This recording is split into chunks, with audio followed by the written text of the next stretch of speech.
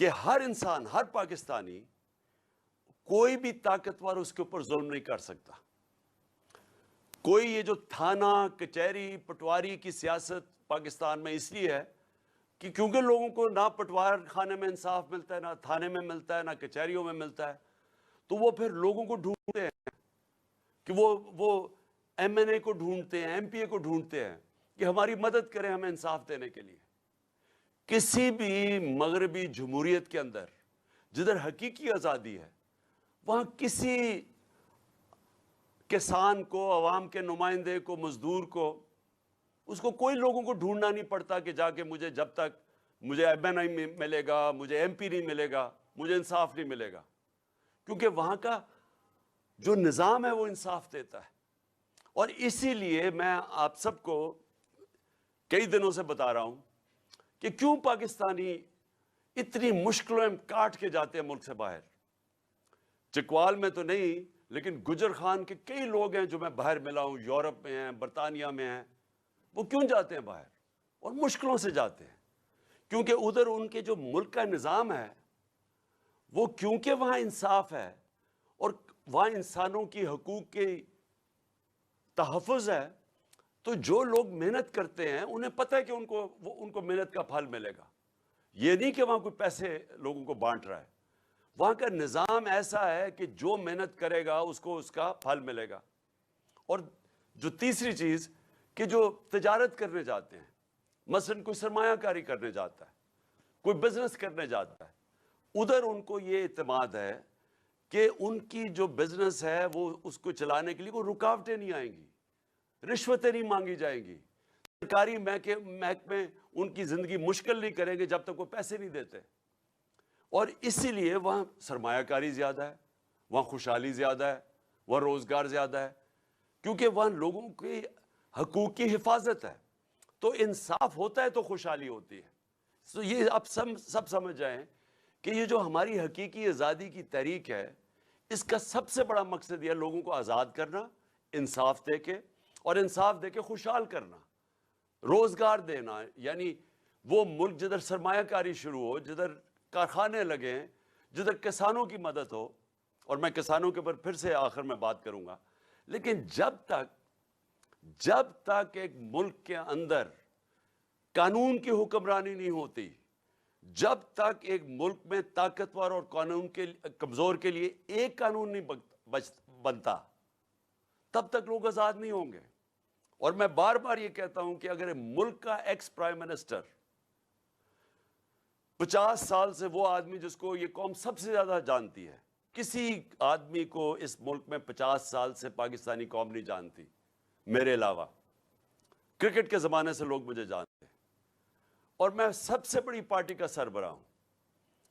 اگر میں اپنی ایف آئی آر نہیں کٹوا سکتا، اور ایف آئی آر اس لیے نہیں کٹوا سکتا کیونکہ وہ طاقتور لوگوں کے خلاف ہے، اور میری اپنی حکومت ہے پنجاب میں، پولیس پنجاب کی پنجاب حکومت کے نیچے ہے، اس کے باوجود وہ ایف آئی آر نہیں کاٹ رہے.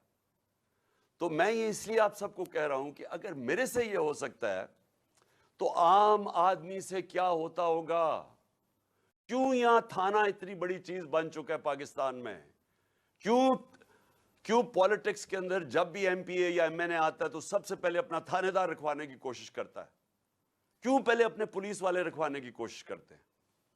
کیوں باہر کے ملک میں ایسے نہیں ہوتا؟ کیوں یورپ اور برطانیہ میں ایسے نہیں ہے؟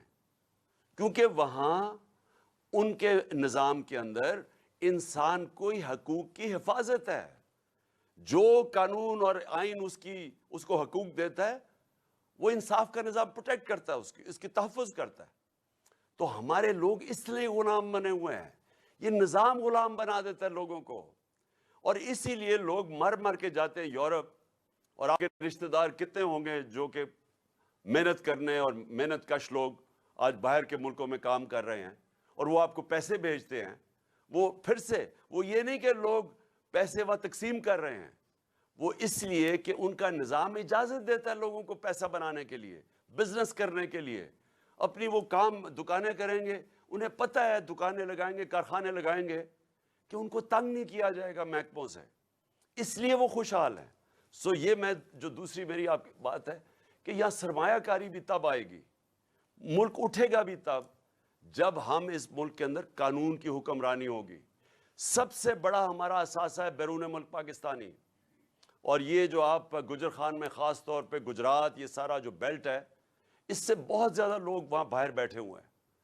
تو وہ لوگ ہیں جو وہ پیسے بنا لیتے ہیں, جو اپنے کاروبار شروع کر دیتے ہیں, ان کا دل ہے پاکستان میں آنے کا, لیکن وہ کیوں نہیں آتے؟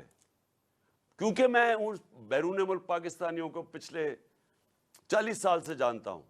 انہوں نے میری مدد کی شوکت خانہ بنانے میں, کرکٹ کے زمانے سے میں جانتا تھا. پھر تحریک انصاف کو یہ پیسے بھیجتے ہیں. تو کیوں, میں جب بھی میں ان سے پوچھتا ہوں وہ کیوں نہیں پاکستان میں سرمایہ کاری کرتے؟ کیونکہ ان کو اعتماد نہیں ہے پاکستان کے انصاف کے نظام پہ. ان کو خوف یہ ہے کہ اگر وہ یہاں کاروبار شروع کریں گے تو ہر قسم کی رکاوٹیں سامنے کھڑی ہوں گی, اور ان کی حفاظت نہیں کرے گا پاکستان کا جو انصاف کا نظام ہے.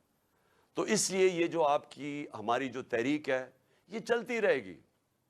یہ انشاءاللہ الیکشنز بھی اناؤنس ہو جائیں پھر بھی یہ چلتی رہے گی جب تک اس ملک میں قانون کی حکمرانی نہیں آئے گی, اور جب تک کہ طاقتور اور کمزور ایک طرح قانون ان کو دیکھے گا.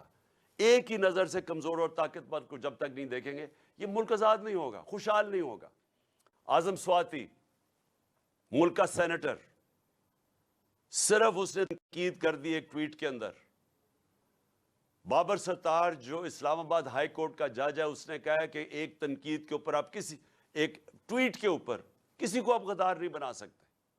لیکن جو اس سے ہوا, بچوں کے, میں پھر سے کہتا ہوں کہ تصور کریں, آپ سب تصور کریں کہ آپ کے پوتا اور پوتی ہیں, چلے آپ پوتا پوتی نہیں, آپ کے بچے ہیں 5, 8, 9 سال کے بچے. آپ تصور کریں کہ اس کے سامنے رات کے 3 بجے لوگ گھستے ہیں آپ کے گھر میں, کوئی وارنٹ نہیں ہوتی, اور بچوں کے سامنے آپ کو مارنا شروع کر دیتے ہیں, اور پھر آپ کو لے کے جاتے ہیں اور حوالے کرتے ہیں ایک اور ایجنسی کے, جو نام لیا ہوا ہے اعظم سواتی نے کہ وہ کون ہے, فہیم اور فیصل, ان کی ایجنسی کے ان کو حوالے کر دیتے ہیں, اور وہ پھر ننگا کر کے اس پہ تشدد کرتے ہیں. ایک معتبر آدمی باہر سے پیسہ بناتا ہے, محنت کش آدمی جو باہر سے پیسہ پاکستان لے کے آتا ہے, ملک کا سینیٹر ہوتا ہے, اگر اس سے یہ کر سکتے ہیں پھر آپ سب سوچ لیں کہ یہ آپ سب سے یہ ہو سکتا ہے. اس لیے آپ کو سٹینڈ لینا چاہیے, کیونکہ جب ایک قوم حق اور سچ کے لیے ظلم کے خلاف کھڑی ہوتی ہے, جو ہمارا دین ہمیں حکم کرتا ہے کہ ظلم اور ناانصافی کے سامنے کھڑا ہونا جہاد ہے, اللہ نے اس کو ایک عبادت کا درجہ دے دیا ہے کہ جب آپ رائے حق کے لیے اور انصاف کے لیے کھڑے ہوتے ہیں تو یہ عبادت میں شامل ہو جاتا ہے, اور اس میں اگر انسان اپنی جان کھوتا ہے تو وہ شہید کرایا جاتا ہے. جس طرح ارشد شریف شہید, اس نے رائے حق پہ کھڑے ہو کے دھمکیوں کے باوجود وہ کھڑا رہا, اس کے اوپر ملک سے بھی باہر جانا پڑا لیکن وہ ہٹا نہیں ہے حق اور سچ سے, اپنی جان دینی پڑ گئی, جان کی قربانی دی اس نے, لیکن وہ